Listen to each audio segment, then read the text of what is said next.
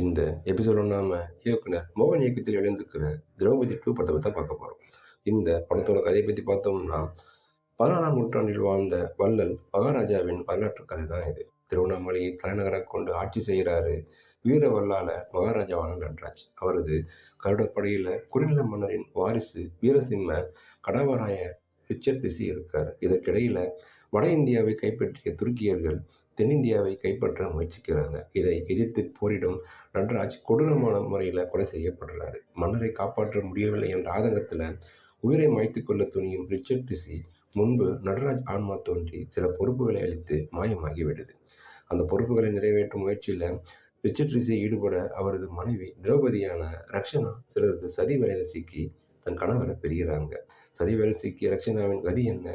மகாராஜன் உத்தரவை நிறைவேற்ற துணிந்த ரிச்சர்ட் ரிஷியின் நிலை என்ன? இதான் இந்த படத்தோட மீதி கதை.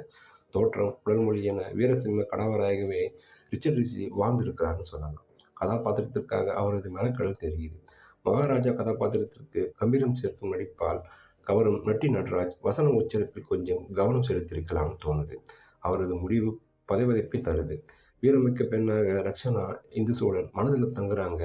அவரது வசன உச்சரிப்பு பாராட்டுக்குரியது. சிராக் ஜானி, தினேஷ் லம்பாவின் கதாபாத்திரங்கள் இன்னும் பிரட்டிருக்கலாம்னு தோணுது. திவி, தேவயானி சர்மா, வேலராமமூர்த்தி, பரணி, ஒய்ஜி மகேந்திரன், சரவண சுப்பையா உள்ளிட்டோரின் நடிப்பும் குறையலன்னு சொல்லலாம்.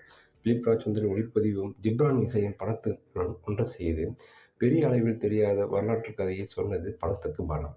நீளமான காட்சிகளை குறைத்திருக்கலாம்னு தோணுது.